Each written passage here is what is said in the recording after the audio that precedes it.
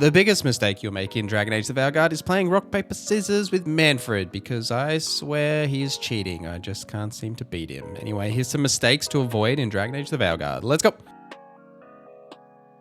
Let me know any tips and tricks that you have come across. We'll start with not skipping the Crossroads. Now, while fast traveling is an easy way to get around and it does restore your potions, I do highly recommend that you spend time in the Crossroads for several reasons. The first is that it is the biggest of like the exploration-y areas in the game. There's a lot of secrets to be found in here. There's a lot of chests to unlock. There's a lot of uniques. There's also Fen Harel altars for skill points, as well as the Evanurus altars that once you have shot down the shiny glowy things, you get 100 HP. The Crossroads will develop over time. Like they actually gain like spirit vendors that will have things that you can unlock from them, like say mementos. You buy mementos and you'll gain caretaker power that you can use to then uplift your rank of the caretaker workshop. They also sell gear and like other useful things.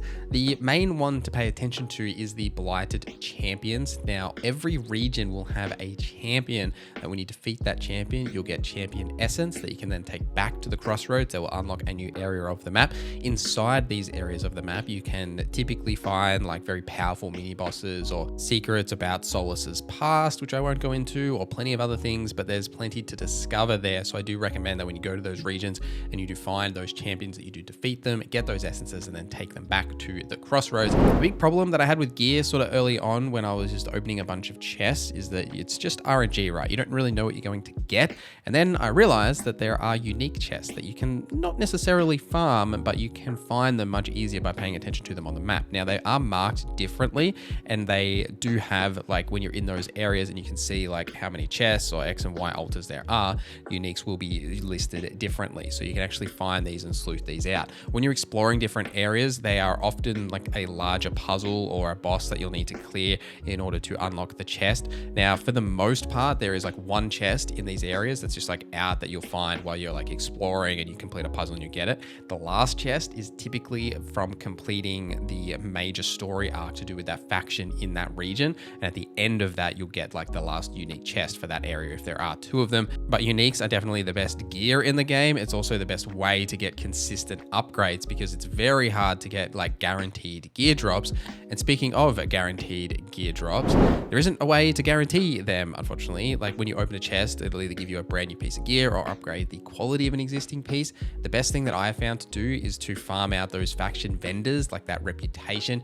Increasing that reputation and then upgrading the rank of those faction vendors will then lead to a unique when you do max it out. But also the vendors have a lot of gear themed around like their specific theme, for lack of a better word. For example, the Mournwatch faction vendor has a lot of necrotic gear because they are necromancers. So you can sort of play around with that a little bit and see, like, you know, if you're playing as say a Veil Ranger, for example, as a rogue, you'll know the Veil Jumpers will have gear that might benefit that specialization. So it might be worth leveling up that vendor to unlock those extra tiers to get those unlocks. Now, speaking of those faction vendors, they will also sell you companion gear relevant to the companion that is a part of that faction. Like they'll have a gift for that companion that you can give to them to increase their bond, or even just general gear as well. For harding, this is a different vendor that we will touch on a little bit later in this video, but it's definitely worth checking those vendors to see what they are going to sell you, because they will often have those upgrades that you can see sort of, oh, okay, I need to get rank 3 at this vendor, so I better go do those quests so that I can get that specific upgrade that I am looking for. It's really the only way you can guarantee those upgrades and those gear pieces.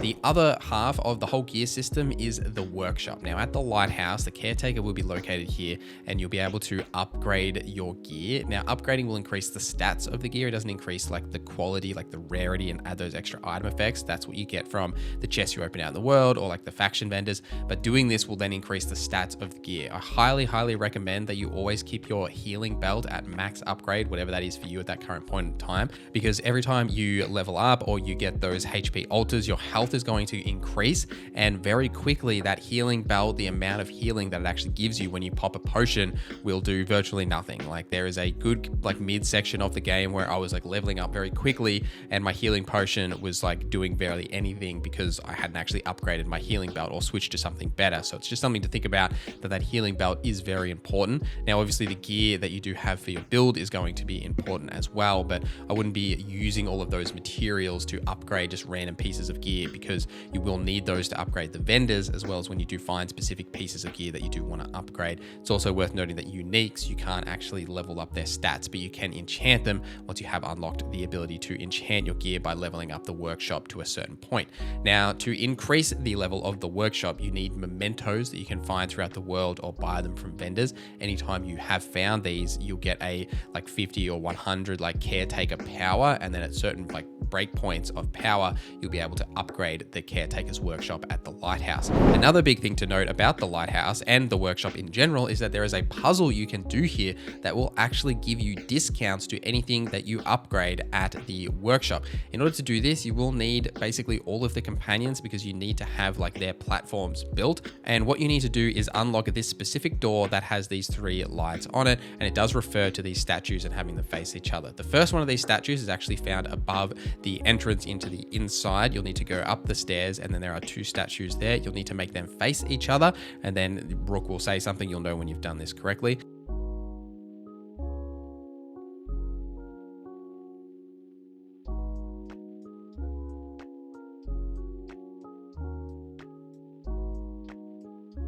The next one is found near where Manfred stands. You can try and play rock, paper, scissors with him if you like. Let me know in the comments if you do beat him, because I never do.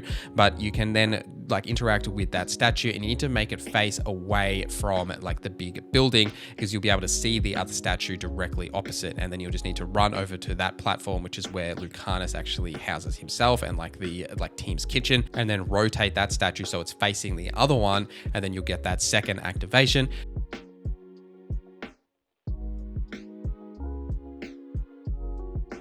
And then the third statues are actually located on the other side.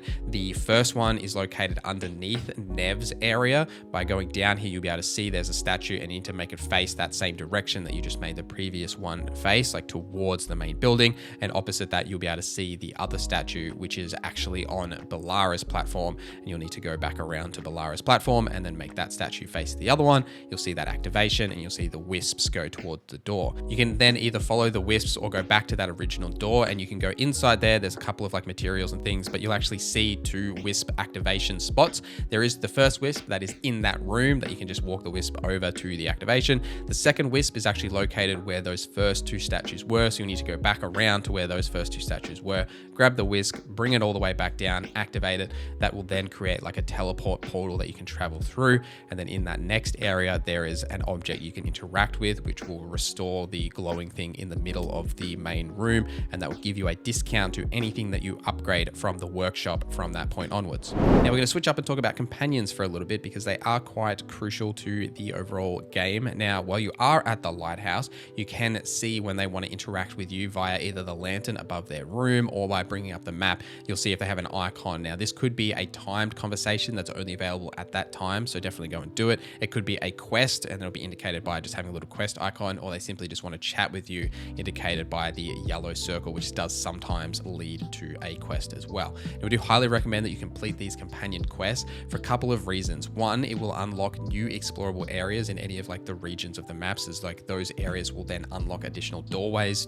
for more areas to explore. But then also for say Harding and Emmerich's quest, they're unique skills that you use to like interact with the environment. Say for Harding, it's to control those rock platforms, and for Emmerich, it's to calm spirits. They only unlock by completing those companion quests, and you'll need those if you want to actually complete everything that's in those explorable areas and be able to unlock those secrets, find those unique chests, etc. This will also lead to something very important, which is their Veilguard skill. But there's actually a mistake with the Veilguard skills as well. That mistake is that, did you know there are 2 variants of those Veilguard companion skills? So when you complete their story, you'll get a massive passive buff skill, which is that center icon on their skill tree, but they also come with a unique armor piece. Depending on the decision that you make at the end of their storyline, there are 2 variants of the armor and the skill. Now, an important thing to note here is that if you're trying to say pick a certain armor piece or pick a certain skill, when you go into your load game section, there will be a unique like temporary decision save or temporary chapter save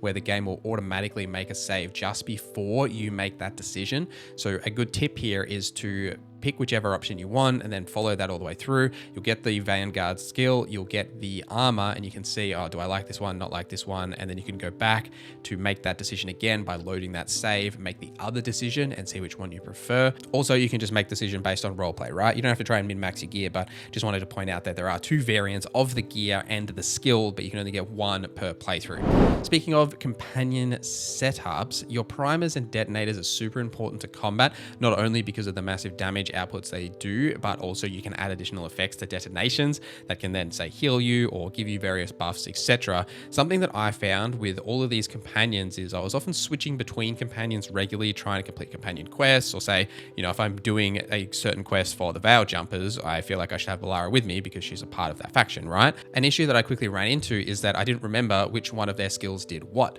So something that I recommend doing is in the companion screens is setting up their skills in a certain way. For me, that was having the first skill always be the primer skill that applies a certain effect, the second skill being a detonation skill that always detonates an effect, and then the third skill being like a class buff. That could be, say, healing like the mages have, it could be increasing your damage for a period of time like the rogues have, or the taunt that the warriors have, whatever that third skill may be.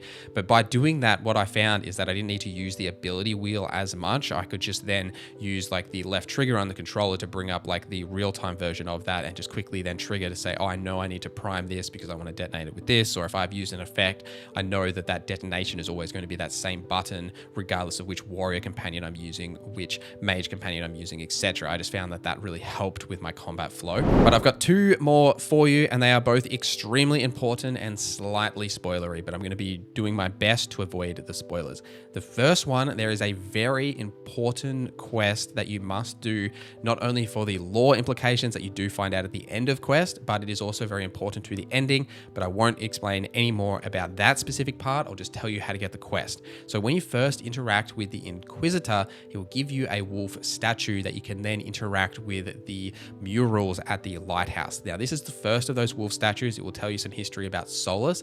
The rest of the statues are actually found in the Crossroads. Now, this will start the quest called Regrets of the Dreadwolf, and I highly recommend you complete this quest. Now, a lot of these wolf statues are hidden in the Crossroads behind those champion essence doors. So when you go to those areas where you'll find those doors, say for example like this Lost Marks one, you'll then need to actually go and beat that champion wherever they are found out in the world. They'll give you that champion essence. You can then take that back to the door. It'll unlock the door, then complete whatever you need to do inside that. You'll get that wolf statue, take that back to the lighthouse, and you need to do that for all of the different murals. I really highly recommend you do that. It's very important, but I won't tell you exactly why. What I will also tell you is that there is a specific mission that really kicks off the story and makes a drastic change to one of the major cities. This mission is called A Warden's Best Friend. It happens pretty early in the game. By starting this mission, you are kicking off events that will make drastic changes to the worldscape. Now, avoiding spoilers as much as I can here, the Minrathous city and Treviso,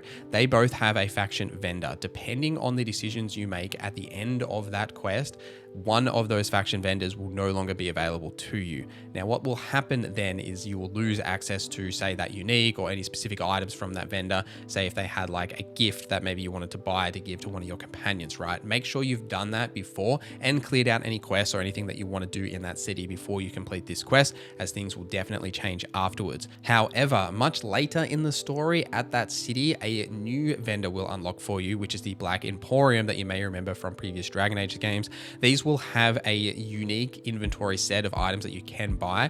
Some of those will be similar to what you can get from that old faction vendor, but they will be different. So it's just something to point out there. If there is something specific you're looking for, or maybe there's a specific unique from one of those vendors that you want to make sure you get, make sure you either have got whatever you wanted to buy, or in the unique's case, you probably can't get it before this actual quest kicks off. So maybe make a different decision so that vendor's still available to you. But otherwise, like, there is a clearly marked point of no return much later in the game when like everything hits the fan. So you'll know when that occurs, but this one isn't marked and it does make a major change. So I wanted to call this out at the end here, but let me know any I've missed in the comments down below. Thank you guys for watching this video till the end. Thank you to our members for supporting the channel. My name is NorZZa and I hope you have a great day.